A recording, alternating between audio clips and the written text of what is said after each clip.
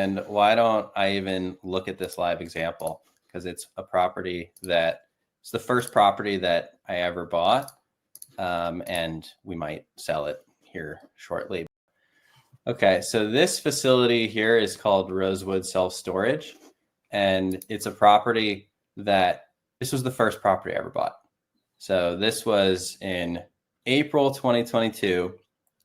I was super stressed at my corporate job, always wanted to be an entrepreneur. So I left my corporate job the same week that I bought a house, the same week that I got engaged to my now wife, and the same week that I bought this, my first self-storage property. So I wouldn't recommend throwing all your life events in 1 week, but it's kind of how it went. But for this site in particular, we bought it under $1 million. It was owned by a husband and wife who owned it and managed it for many years. No sophisticated operations. Rents were below market. You can see here, it's got really good frontage off I-10, which has some good traffic counts here. And let me even just traffic. There we go here.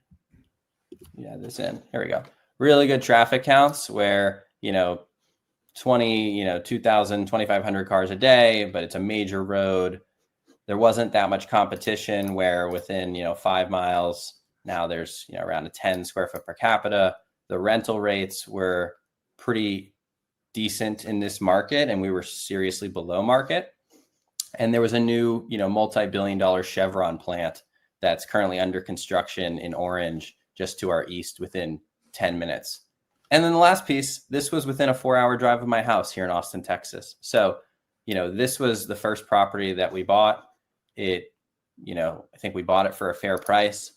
We bought it where it was, 60% occupied. Today it's, 85% occupied, stabilized, good tenant base, managed pretty well. And, we're looking to exit this year, but this matched my goals.